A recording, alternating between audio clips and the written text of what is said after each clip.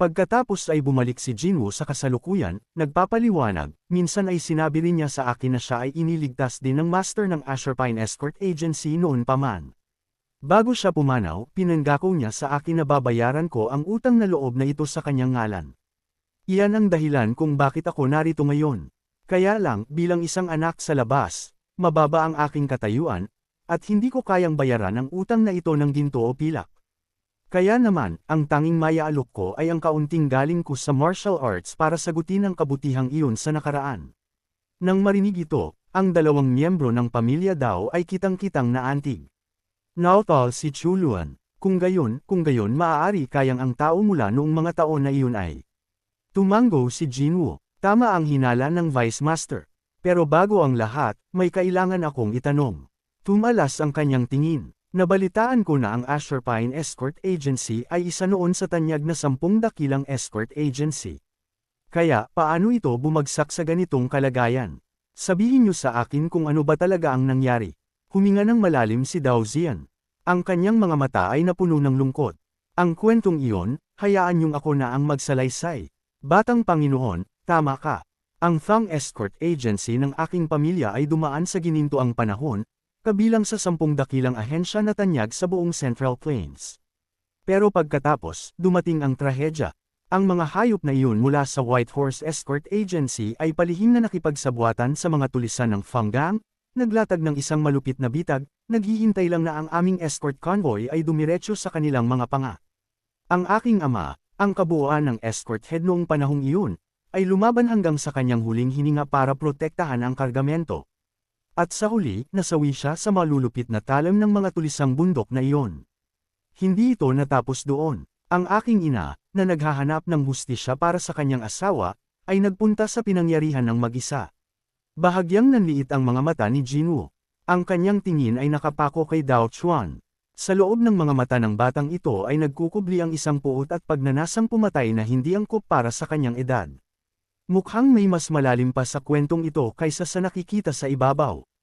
Nagsalita si Jinwoo, mababa ang boses. Paumanhin sa muling pagbubukas ng mga lumang sugat.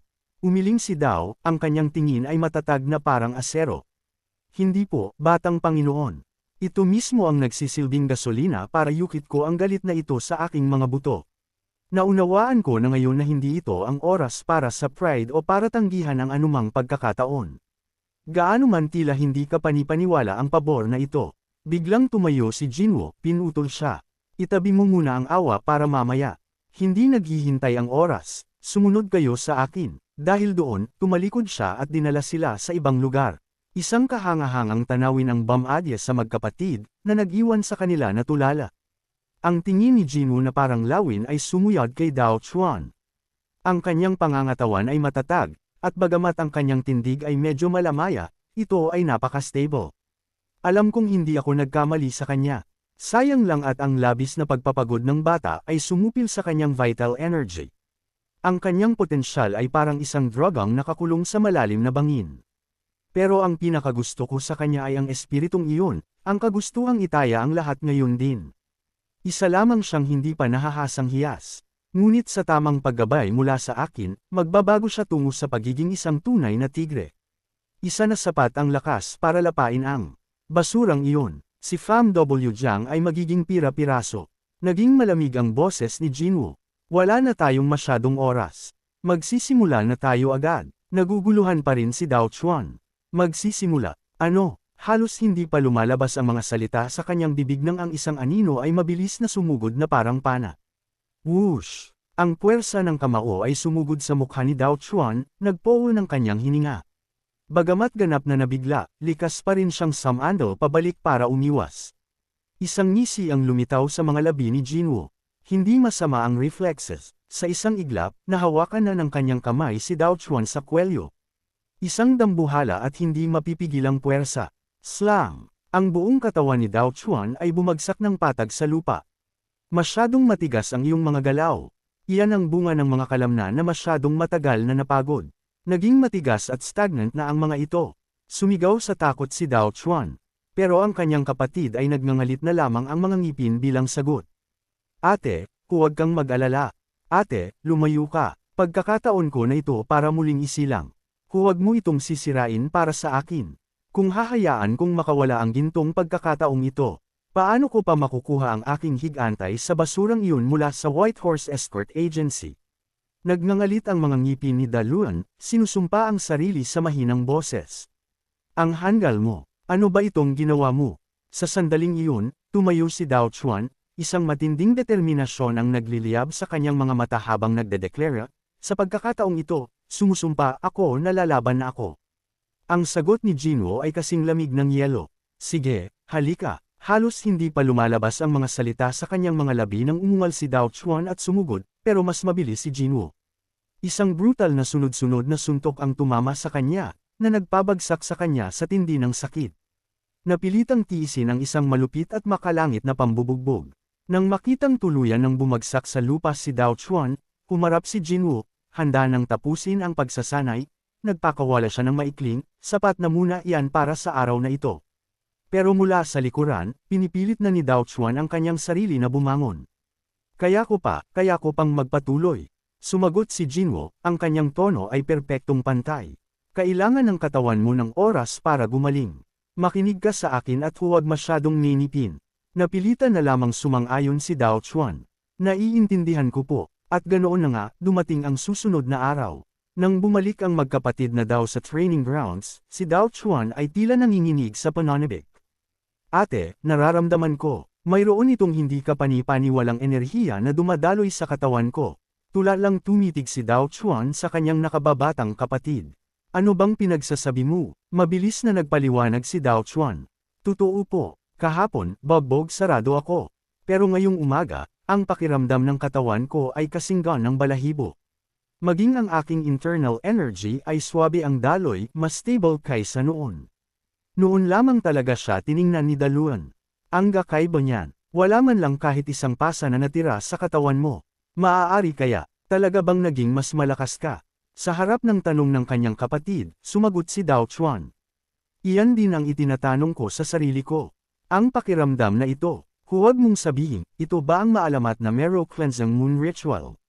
Tamang-tama sa pagkakataon, lumapit si Jinwo mula sa malayo. Ang kanyang boses ay may himig ng pagsang-ayon. Maaga kayo rito, pareho silang agad na yumukod ng mababa bilang paggalang. Batang Panginoon, umaasa kaming maayos ang inyong pahinga kagabi. Bahagyang tumango si Jinwo, ibinabalik ang tanong sa kanila. At kayong dalawa, mabilis na nagulat si Dawan. Batang Panginoon, hindi pa ako nakatulog ng ganoon kahimbing sa buong buhay ko. Nang magising ako kaninang umaga, ang pakiramdam ng buong katawan ko ay parang walang bigat. Iyon ba, isinagawa mo ba ang Marrow Cleansing Moon Ritual sa akin? Tanong niya, kung saan sumagot ang lalaki nang walang pakialam. Ang ginawa ko lang ay tulungan kang linisin ang ilan sa iyong mga baradong meridian at kalamnan. Nang marinig ito, ang mga mata ni Dao Chuan ay lumaki sa purong kagalakan. Kung gayon, ito pala ang tunay na peak condition ng aking katawan. Tumango si Jinwo, ang kanyang boses ay may kasamang malalim na nakatagong kahulugan. Tandaan mo lang na ang kondisyong tulad nito ay kailangang mapanatili kahit man lang 1 hanggang 2 beses sa isang buwan dahil ang katawan din ay nangangailangan ng oras para mahubog at tumibay. Sumagot si Dao Chuan ng may paggalang. Naiintindihan ko na po ngayon. Siya nga pala, anong uri ng sword style ang karaniwan mong sinasanay? Sumagot si Dawan. Batang Panginoon, sinasanay ko ang sword style na ipinamana sa aming pamilya. Tumango si Hao. Mabuti, kung gayon, magpakita ka sa akin ng 1 seconds. Pagkalipas ng ilang araw sa martial arena, nagsalita si Chief Fan, ang kanyang boses ay puno pa rin ng duda. Sigurado ka bang ayos lang ito? Hindi pa ako nakaramdam ng ganitong sigla sa buong buhay ko, lalo na sa huling araw ng Escort Guild. Marahil ito ay utang sa isang nakatakdang duel na ito. Ang Qing Escort Agency at ang paslit na si Pham Nguyen Giang ay hindi ko na inaalala. Kung hindi ako makakapagtiwala sa iyo, sino pa sa mundong ito ang maaari kong pagkatiwalaan? Sa puntong ito, kahit may magsabi sa akin na isa kang Celestial General na bumaba sa mortal na mundo, paniniwalaan ko. Umiling ng bahagya si Jinho. Chief, binobola niyo lang ako. Tinapik siya ng matandang chief sa balikat, ang kanyang boses ay tumitigas. Gayunpaman, isa itong gintong pagkakataon para turuan ang grupong iyon ng leksyon. Bigyan natin ang buong kasuklam-suklam na angka ng fam ng isang hampas na napakatindi para matutunan na nila ang kanilang lugar sa mundong ito. Kalmadong sumagot si Zhan Hao, ang kailangan mo lang gawin ay maupo sa stance at i-enjoy ang palabas. Mula sa malayo, ang figure ni Dao Chuan ay mabilis na lumapit, sumisigaw, "Batang Panginoong Thick." Nilapitan siya ni Jin Hao, ang kanyang mga mata ay sumusuri, "Kumusta ang mga paghahanda?" Huminga ng malalim si Dao Chuan at sumagot, "Sa totoo lang, kumpiyansa ako na mayroon akong 60% na tsansa ng tagumpay laban sa Famjiang na iyon." 6 na bahagi, sapat na iyon. Tumango si Jin Hao. Maya-maya, umalangaw ang boses ng referee. "Mga manlalaban, pumunta na sa inyong mga posisyon. Magsisimula na ang laban." Sa sandaling lumabas ang mga salita sa kanyang bibig, nagyayabang na humakbang pasulong si Pham W. Jiang, ang boses ay puno ng pangungutya. "Mukhang hindi niyo pa rin natututunan ang pinaka-basic na leksyon. Hindi, nabalitaan ko na ang dating pinuno niyo ay kailangang magbayad ng napakamahal na halaga dahil sa parehong padalos-dalos na ugali na iyan."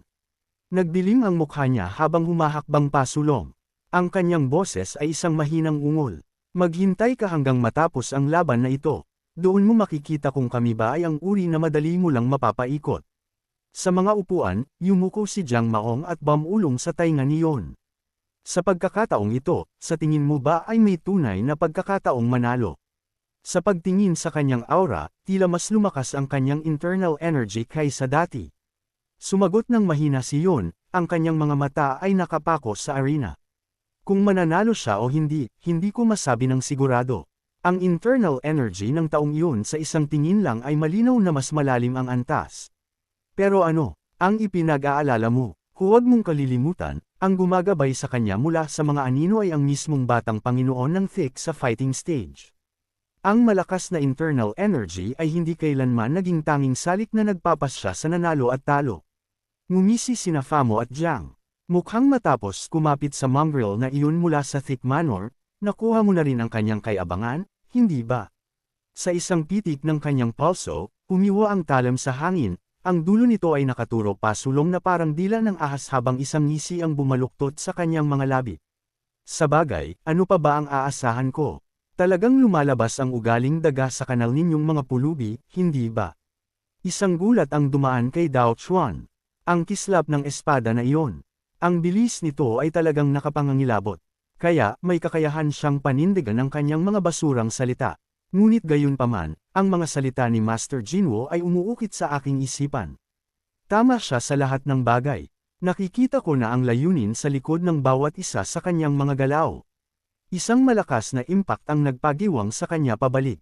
Ang alaala ng pagsasanay na iyon ay humampas sa kanya, ang sarili niyang desperadong boses ay umalangaw mula sa nakaraan, nagtatanong kay Jinwo, "Paano mangyayari na hindi ko man lang mapigilan ang isa sa iyong mga atake? At malinaw na wala ka pang inilalagay na kahit kititing na internal energy dito." Ang boses ni Jinwo ay mahinahon na nagpapaliwanag kung ano ang tinatawag mong gaze discipline, ay sa katunayan ang pinakapangunahing prinsipyo sa lahat. Ito ay usapin lamang kung saan mo pipiliing tumingin sa gitna ng laban para sa iyong buhay. Mukha itong simpleng ngunit ito ang nagpapasya kung sino ang mabubuhay at kung sino ang mamamatay. "Kaya saan nakatuon ang iyong mga mata?" Sumagot si Vice Chief Zhao, "Nakatitig ako mismo sa iyo, Master, saan pa ba?" Ngunit umiling lang si Jinwoo. "Diyan ka nagkakamali sa simula pa lang. Vice Chief, ang iyong tingin ay nakatutok lamang sa dulo ng aking talam." Nauuto siyang sumagot ng lubos na naguguluhan. "Pero hindi ko ba dapat bantayan ang talam para mahulaan ang iyong atake?" Nagsimulang magpaliwanag si Jinwoo. Kapag nagsimula na ang paglalakbay ng talam, ang tadhana ay selyado na. Anumang reaksyon sa puntong iyon ay walang saysay, lalo na kapag ang cultivation ng iyong kalaban ay isang buong antas na mas mataas kaysa sa iyo. Isang mababang ungol ang kumulo sa dibdib ni Pham Nu Jiang, ang kanyang paghinga ay bumibigat sa galit. "Iyan lang ba ang kaya mo?" Ang tumakbo at magtago na parang isang kaawa-awang daga sa imburnal. Tama siya, naisip ni Dao Chuan. Ang kapangyarihan ni Pham Yuanjiang ay mas mataas kaysa sa akin. Ngunit sa pagpapanood kay Master Jinwoo nitong mga nakaraang araw, ang bawat galaw niya ay nakatatak na ngayon sa aking isipan. Naiintindihan ko na ang lahat ngayon. Kapag nahuhulaan ko na kung aling paa ang may dala ng kanyang sentro ng balanse, Kapag alam ko na ang direksyon ng pagpihit ng kanyang katawan habang umaatake, at kapag nakikita ko siyang itinuon ang lahat ng kanyang enerhiya sa kanyang balikat, iyon ang tumpak na sandali para sa isang harapang kontra-atake. Isang nakapangangilabot na liwanag ang nagliyab sa mga mata ni Dao Chuan. Wala nang pag-iwas. Sumugod siya pasulong, inilunsad ang kanyang sariling pagsalakay. Ang biglaang pagbaliktad ng sitwasyon ay nagpa-atres sa mga balintataw ni Pham Yuanjiang. Isang maskara ng puro at hindi maitagong takot ang kumislap sa kanyang mukha sa isang mapagpasyang strike. Ang isa na itinuring niyang wala lang kundi isang langgam ay nagpatalsak sa kanya pabalik gamit ang isang hindi mapigil ang bug zone ng enerhiya. Mula sa gilid, hindi napigilan ni Dai Luan ang magbunyi. "Chuan, kapatid, nasa ibang antas ka na ngayon." Ngunit ang kalmadong boses ni Jinwo ay nanatiling walang pagbabago. "Huwag muna kayong magdiwang. Ang kalaban mo ay hindi pa man lang nagsisikap." Nawala ng kulay ang mukha ni Dao Chuan. "Kung gayon, ano ang plano?" Nauutol niyang tanong. Sumagot si Jinwo, "Ngayon ay magsisimula na ang tunay na laban." Pagkatapos ay isang nakapangangilabot na boses ang pumutol sa hangin mula sa likuran nila, pinapagalitan si Pham W. Jiang. Mismo sa pagitan ng mga mata ng matanda, isang insignia na kapareho ng kay Pham Jiang ang nagliyab. Walang duda, iyon ay isa sa mga elder ng kanyang pangkatin. Nagngit-ngit ang mga ngipin ni Pham W. Jiang. Isang magaspang na tunog ng pag-aaskal. "Lintik, hindi man lang ako katapat ni Jinwo, lalo na ang batang ito." Kung makikita siya ng kanyang ama sa kaawa-awang kalagayang ito, naipit ng isang hindi kilalang bata, saan pa niya kaya maitatago ang kanyang mukha sa kahihiyan? Nagpakawala siya ng isang galit na ungol. "Tapos na ang maliit na larong ito ng pusa at daga. Kayong mga mababang uri na basura. Ipapakita ko sa inyo ang lasa ng impyerno." Habang lumalabas ang mga salita sa kanyang mga labi, ang katawan ni Pham Jiang ay naging malabong anino, ang kanyang espada ay kumislap sa isang mapagpasyang nakamamatay na hampas. Ang nakamamatay na strike ay nagpuwersa kay Dao Chuan na umiwas sa kakarampot na distansya. Ngunit ang pagsalakay ng kanyang kalaban ay isa ng nagngangalit na unos. Gayunpaman, sa harap ng impyernong iyon ng galit, napanatili ni Dao Chuan ang isang nakapangangilabot na payapang ekspresyon. Dalawang malabong figure ang nagbanggaan sa isa't isa kasabay ng matinis na hiyaw ng nagbabanggang bakal. Matapos ang isang matinding palitan, ang paghinga ni Dao Chuan ay naging mabigat. Isang tama ng palad ang nagpatulak sa kanya pabalik ng ilang hakbang. Kumunat ang noo ni Bureau Chief Fang habang nagsasalita sa isang mababa at nag-iisip na tono. Tila naging favorable ang sitwasyon sa kalaban. Ngunit si Jinwo ay tila walang anumang pag-aalala. Ang kalaban ay isang buong cultivation realm na mas mataas. Pagkatapos ng lahat, hindi ito malaking bagay. Si Trinong naman ay isang nerbyosong balisa. Anong ibig mong sabihin na hindi malaking bagay? Sa ganitong takbo, paano siya posibleng manalo? Magiging magaling na lang ba siya sa pareho? Hinaplos ng elder ang kanyang balbas, sinusuri ang sitwasyon ng may kalmadong paglayo. Sa sandaling ito, ang pag-atres ang pinakamatalinong opsyon. Gayunpaman, sa isang labanan kung saan ang pag-atres ay imposible, minsan ang purong kapangahasan ang tanging landas para mabuhay. Tama ang matanda, sa mundong ito, walang ganoong bagay na perpektong tagumpay na hindi may kapalit na masakit na tunog. Ang teknik na flesh for bone ng kanyang kalaban ay bumaon ng malalim sa kanyang balikat. Ang sariwang dugo ay agad na nagmantsa ng kulay pula sa kanyang manggas. Ngunit ang fighting spirit sa kanyang mga mata ay lalong nagliyab kaysa dati. Nakagawa na siya ng kanyang desisyon. Ngayon, makikipagpalitan siya ng sugat para sa sugat. Si Pham Jiang ay lubos na nangilabot. Hindi kailanman inakala na ang kanyang kalaban ay maaaring maging ganoon kabaliw. Hayop kang baliw, bakit hindi ka umiwas? Ngunit huli na ang lahat.